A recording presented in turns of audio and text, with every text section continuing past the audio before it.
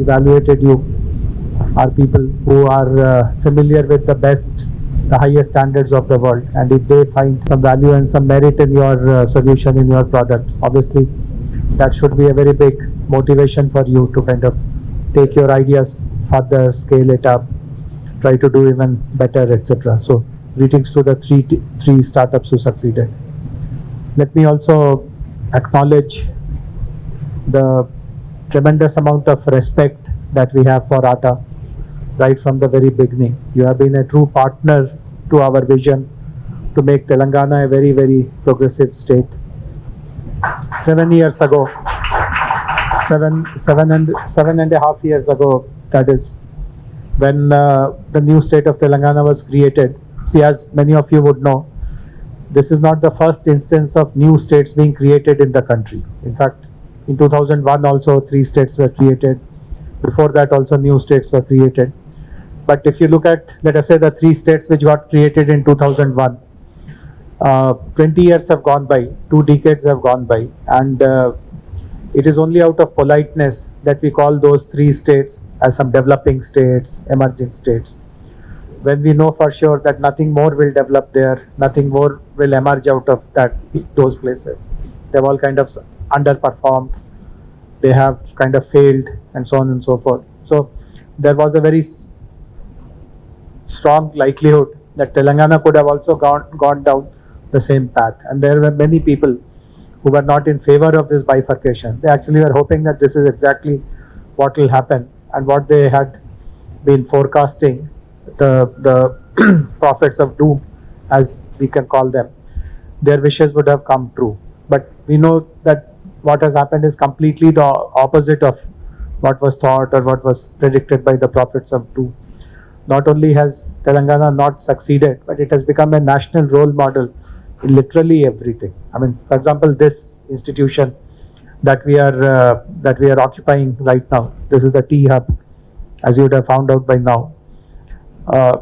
No other state had this 7 years ago, and when we became the first state, that led to a very interesting rat race amongst other states to catch up, but still they could not understand the DNA behind these kind of institutions, the way talent is attracted to run these kind of places, and so on and so forth. So in every aspect, whatever you see, it's not just economic indices like per capita income, GSDP growth, the contribution the state makes to the national economy, etc. Even for welfare programs. So for example, in early days of Telangana, a very important flagship program that was rolled out is called Mission Bhagiratha, to provide pipe drinking water to every home. In the US and all, as you would have seen, every home gets piped water, but that is not true of India. I mean, there are hundreds of villages today where you have to go to a public standpoint to fetch water, and obviously there are lots of social dimensions into that. As you know, the villages are not homogeneous, there is a hierarchy, so fetching water also is hierarchically determined. There's a gender issue because typically it is the women who are asked to go and fetch water in the rural areas. Many of you have rural background, so I'm sure you would have seen these things happening before your own eyes. But all that has changed in the state, and every village today has, every home in every village today has piped drinking water. There are certain goals that we have taken that are even more audacious. So when we were doing this Mission Bhagiratha, we were digging almost 150,000 kilometers of trenches, and our minister got this smart idea that along with the water pipeline, why don't we put other stuff in the trenches? And automatically it was felt that optic fiber cable will be a great idea, so that every home gets connected. And we are very close to reaching that milestone now. In fact, we are in December is getting over, so I presume that by August of next year, by August of 2022, we will be in a position to declare that every home in Telangana, every household in Telangana has optic fiber cable. So these are some to really aim so high, and most importantly deliver so well. See, this is something which people speak about Telangana, the kind of reputation that we have built, that not only do we stand up on our words, we actually deliver much more than what people expect. So these are certain things which we all feel very proud about. And as I mentioned in the very beginning, you have been a true partner for the state, the support that you have given. So for instance, the idea that when IT industry, as you know, just before the bifurcation, let us say in 2012, 2013, 2014, there was a negative sentiment about Hyderabad. I mean, let us be honest about it. There was a belief that this state, if at all a new state comes up, which eventually came up on 2nd of June 2014, but in 2012 or 2011 or 2013, etc., there was a very serious feeling that in case a state eventually comes up, we should be very careful of that state. The state is most likely to become a kind of a anti-development, anti-progress. It'll have some completely parochial kind of an agenda. It will not allow anything to flourish, anything to grow. And I know for sure that actually at that time it was obviously a combined state, but many big ticket investments were lost. The way it is happening in, let us say, Andhra Pradesh of today, investments are getting lost, companies are moving out, companies are fleeing that state. Something similar was happening in the Hyderabad region in the combined state in those days. But we now know that after 2014, when the new state of Telangana has come into being, the kind of that negativity, the negative sentiments, how quickly it has turned into a feeling of positivity, optimism. In fact, you will not know this, but last year, or you may know this, or intuitively you may know this, but you may not have the numbers. Last year, which has gone by, obviously it has been a very difficult year. The whole world has suffered, and very, very unfortunate, I mean, forgettable kind of year. Nothing good has happened in that area. But the silver lining of this year has been the growth of the IT industry. In fact, the highest IT sector hiring in any calendar year in the preceding 7 years was last year. More number of jobs were created, more number of opportunities were created. And of course, now when we analyze and look at it, we know the reason. It is because of the advanced pace of digitalization, the pace of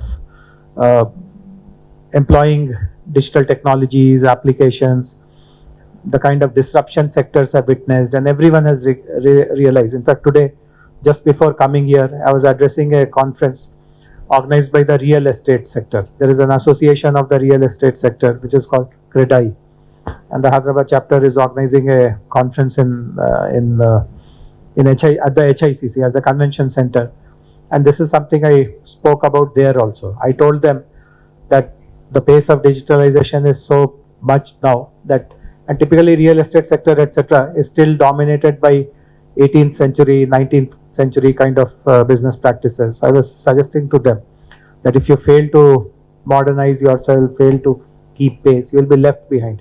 Companies from Bangalore, already as you see today, I mean, while there are a large number of property developers in Hyderabad, but the skyline is dominated by people from Bangalore. If you just step out of,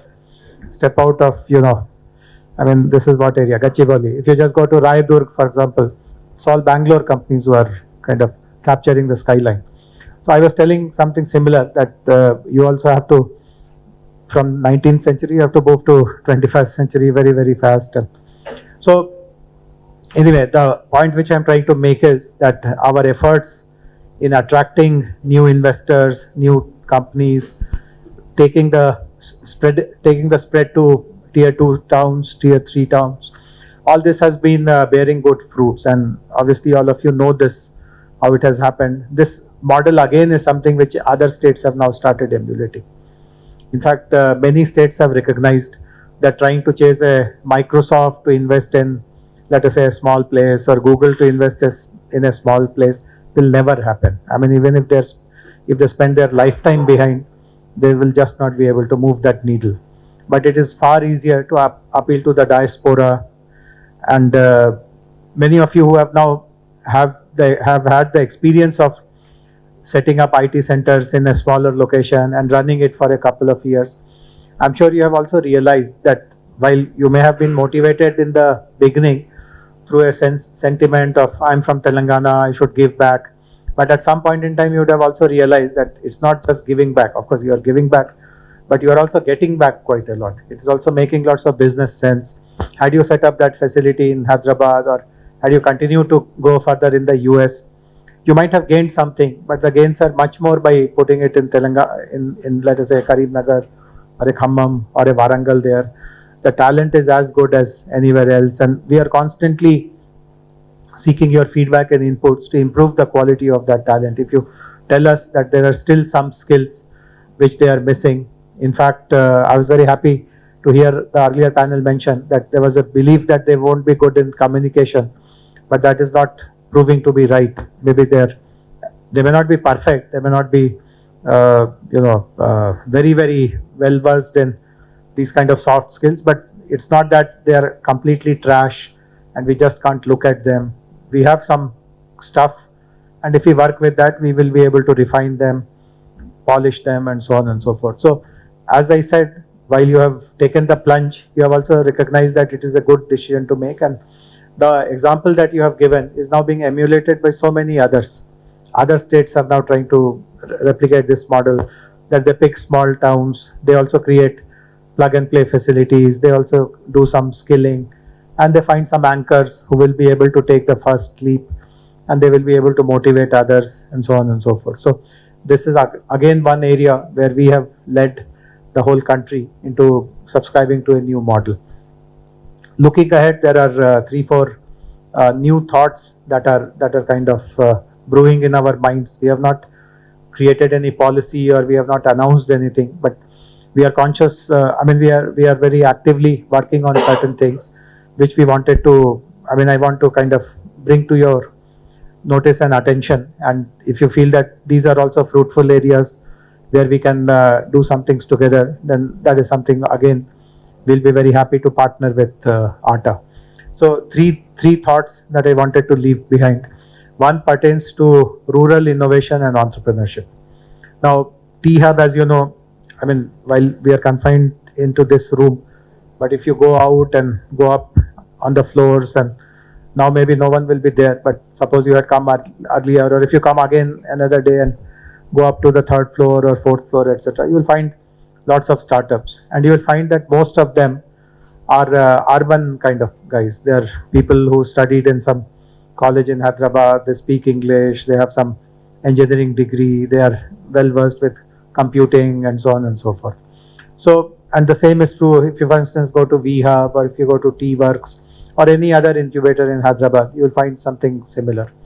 So the sense which we got, we noticed it pretty early when T-Hub was starting its journey, that this is catering largely to a very small section of the population, and a large section is getting left out. And obviously, since many of you have rural roots, rural backgrounds, I'm sure you know that there is lots of innovation happening at all times, literally, in the rural areas also. In fact, the rural areas have so many service deficiencies, but you never find people revolting all the times.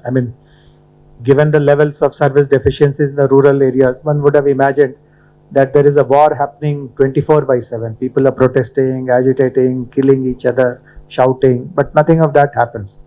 People are calmly leading their lives and all that.